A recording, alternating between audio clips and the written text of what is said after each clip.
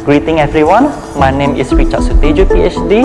I am in the study program of biomedicine, studied in the various fields of biology, physics, and food technology. So we need to remember, biomedicine is the spearhead of all human care, health, and wellness. See you. With Omics, expand the horizons. Semangat siang teman-teman, ketemu lagi dengan saya, Dr. Richard, with Omics, expand the horizon. Nah, kali ini saya ingin menceritakan tentang olahraga. Ya, apa itu olahraga? Jadi olahraga itu apa? Olahraga itu adalah aktivitas fisik ya yang kita lakukan sehingga tubuh kita terstimulasi yang ujung-ujungnya akan meningkatkan kesehatan dan kualitas hidup. Ya, nah teman-teman ini banyak bertanya-tanya nih, olahraga yang gimana sih yang cukup ya? Ya, apakah jogging-jogging itu cukup? Apakah naik turun tangga itu cukup? Apakah kita menyapu itu cukup? Nah, ya kalau kita melihat pedoman gizi seimbang yang dikeluarkan oleh Kementerian Kesehatan, frekuensi olahraga itu paling tidak harus 4 kali dalam seminggu, durasinya 30 menit dengan intensitas sedang. Selanjutnya juga ya, teman-teman juga menanyakan ya, fungsi olahraga itu selain menyehatkan badan apa sih? Nah, ada orang-orang yang memang melihat olahraga itu sebagai sarana untuk memperbaiki appearance atau look ataupun penampilan fisik, estetika, atau untuk atlet itu lebih arah performance. Ya, jadi inilah orang-orang ya dengan secara sistematis, terstruktur dan hati-hati itu menyusun pola-pola olahraga dalam mencapai target mereka. Ya, tapi kita harus ingat teman-teman, ya, olahraga ini hanya merupakan stimulus, ya, hanya merupakan rangsangan agar tubuh kita bisa menghasilkan proses-proses regulasi di dalam tubuh, ya, untuk meningkatkan kualitasnya dan memperbaiki bentuk-bentuk tubuh ataupun kualitas-kualitas secara kesehatan. Ya, tapi yang paling penting sebenarnya itu adalah nutrisi. Ya, nutrisi ini sendiri bahkan menurut penelitian itu memiliki kontribusi ya lebih dari setengah. Ada yang mengatakan 60%, ada yang mengatakan 70%. Ya, dan sisanya adalah istirahat. Ya, nah tentu saja ini nutrisi sangat penting teman-teman. Jadi saya akan kasih ini tips-tipsnya bagaimana, ya. Nah, yang pertama yang paling penting adalah kalori. Ya, ini kalori memang kedengarannya lumayan familiar. Ya, nah kalori ini apa? Kalori ini adalah ya satuan tenaga ya yang secara kuantitatif digunakan oleh tubuh untuk melakukan aktivitas. Ya, jadi ini kalori ini bisa dianalogikan ya seperti energi ya pada mesin. Ya, jadi yang menggerakkan generator pada mesin ini ya energi itu. Nah, ini kalori, nih satunya kalori. Nah, kalori ini pada manusia ini diperoleh dari makronutrien.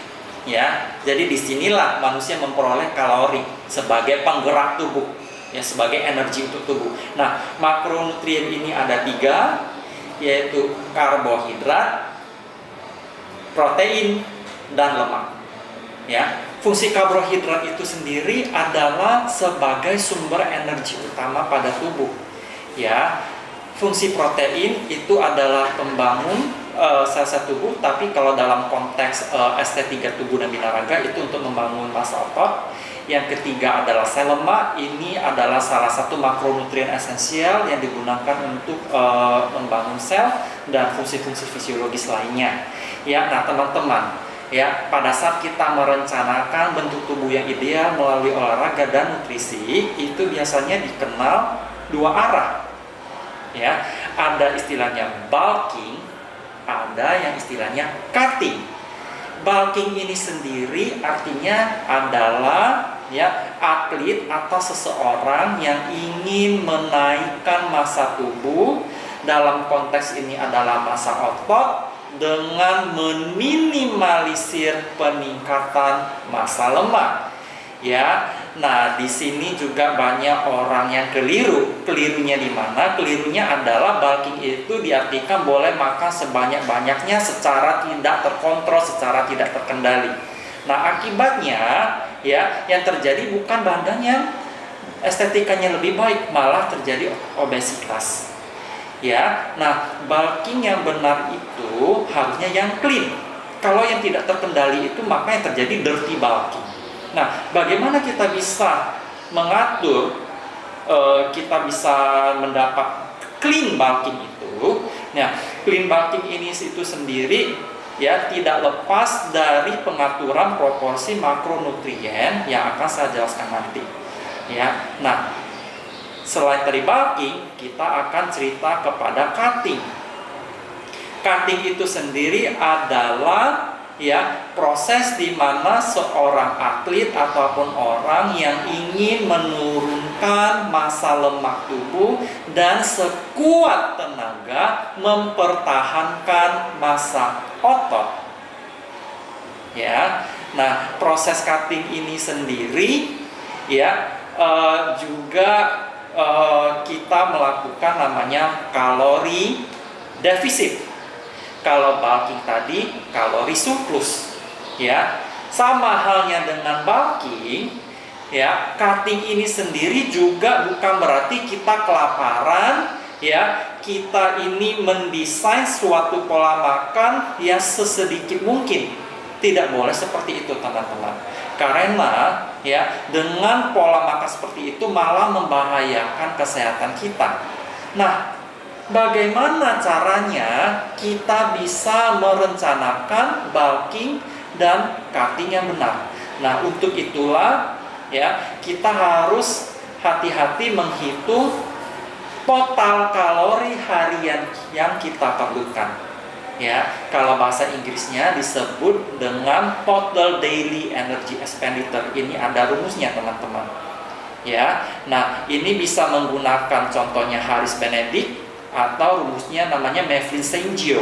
Ya, jadi ini adalah dua rumus umum yang digunakan. Yang ini tergantung tinggi, berat badan, jenis kelamin, dan umur. Total daily energy expenditure tadi, ya rumusnya adalah basal metabolism rate dikali dengan pengali aktivitas. Ya, basal metabolism rate ini bisa dihitung dengan menggunakan persamaan Harris Benedict ataupun dengan persamaan Mifflin-Sengio.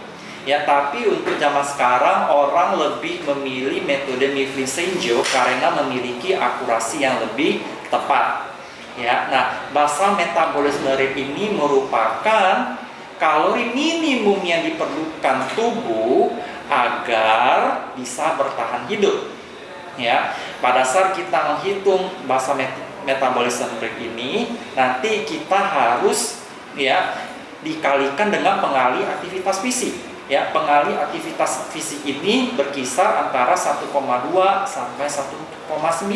1,2 itu untuk orang yang sedentary, yang kerja kantoran yang sama sekali tidak berolahraga, sampai dengan level atlet yang berolahraga setiap hari, ya biasanya pengalinya 1,9. Nah, bagaimana cara kita menghitung total daily energy expenditure?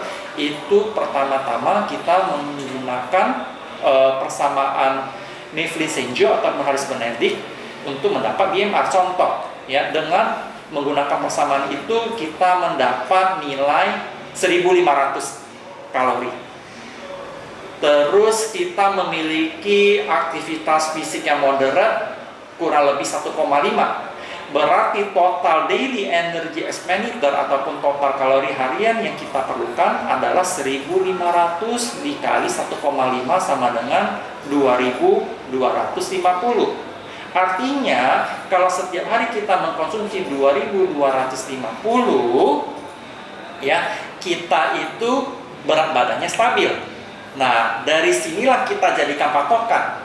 Kalau kita ingin bulking, berarti kita harus lebih besar dari 2250. Biasanya orang mengambil patokan plus 500 kalori. Kalau ingin menargetkan penambahan berat 2 kg per bulan. Atau minus 500 kalori kalau orang ingin menargetkan menurunkan berat badan sebanyak 2 kg per bulan. Ya. Kalau dengan perhitungan tadi 2250 kalori, ya, kalau kita ingin bulking berarti plus 500 sama dengan 2750 kalori. Sebaliknya, kalau kita ingin melakukan cutting, kita tinggal meminuskan, berarti 1750 kilokalori. Ya. Nah, ingat juga teman-teman, ya, faktor lain yang paling dilindungi, paling sangat diperhatikan oleh atlet atau olahraga adalah massa otot. Ya, massa otot hanya bisa bertahan atau berkembang apabila konsumsi protein kita cukup. Ya, itu tergantung berat badan. Ya, itu bervariasi antara 1,5 gram sampai 2 gram protein per kilogram berat badan. Ya, nah ini sebenarnya seluk-beluk bulking dan cutting ini saya akan bahas lebih detail lagi di e-book saya. Dalam program e-Speed, Anda boleh membeli dan membaca dengan lebih teliti, di mana saya akan membahas perhitungan dan cara implementasi dengan lebih teliti lagi. Nah, teman-teman, ya, setelah mendengar paparan ini, ya, semoga kita bisa tetap melakukan olahraga. Semoga dengan olahraga dan nutrisi yang baik kita bisa mencapai bentuk tubuh yang kita idam-idamkan, kita bisa mencapai kesehatan yang kita harapkan, kita bisa memperoleh kesehatan yang baik. Mari kita budayakan olahraga. Terima kasih, jangan lupa like, share, dan subscribe. Saya Dr. Rita Sutejo dengan Omix di Expand Horizon. See you next time.